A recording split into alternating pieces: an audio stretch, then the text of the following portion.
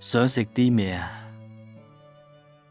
阿師傅，我想問下咧，點解你哋啲炒蛋可以上得咁快嘅？同你條命一樣係整定㗎嘛？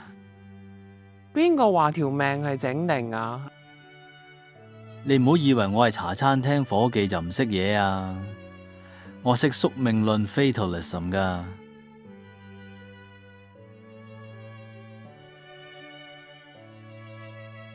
哈，係有啲料到喎。我其實條命除咗宿命論，亦都可以係自由意志 （libertarianism）。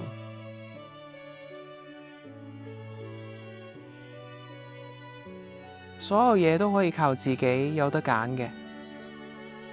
切，我知啊，我哋個餐牌都有得揀 A、B、C 餐㗎，同你條命一樣，以為係有得揀咯，揀完未啊？揀快啲啦！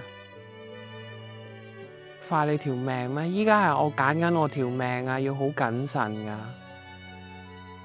嘥氣啦，謹慎。我哋 A、B、C 餐最後咪又係整定，你以為係自由意志，其實都係整定。如果所有嘢都係整定，乜都唔係我控制，咁我應該都唔需要為自己嘅行為負責。食完個餐走數都得啦。你食完個餐走數唔俾錢，我報警拉你就變成決定論 determinism。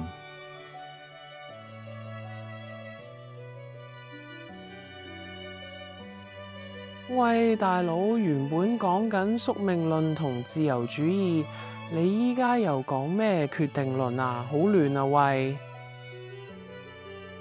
係啊，你條命就係咁噶啦。去到法庭，個法官就會問你認唔認罪，咁你就可以用返自由意志去選擇咯。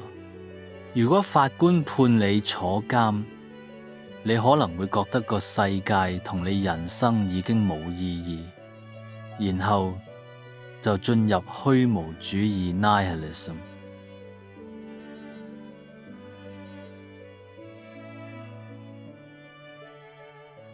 坐監坐得耐，你就開始諗好多嘢。正所謂你思故你在，呢個就係存在主義 existentialism。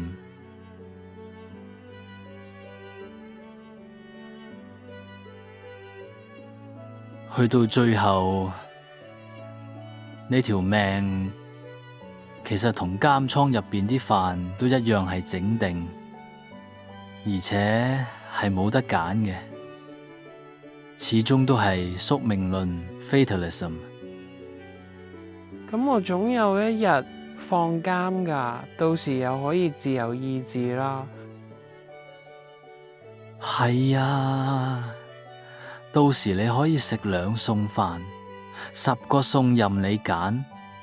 你以為係自由意志，其實全部同你條命一樣，都係整定嘅。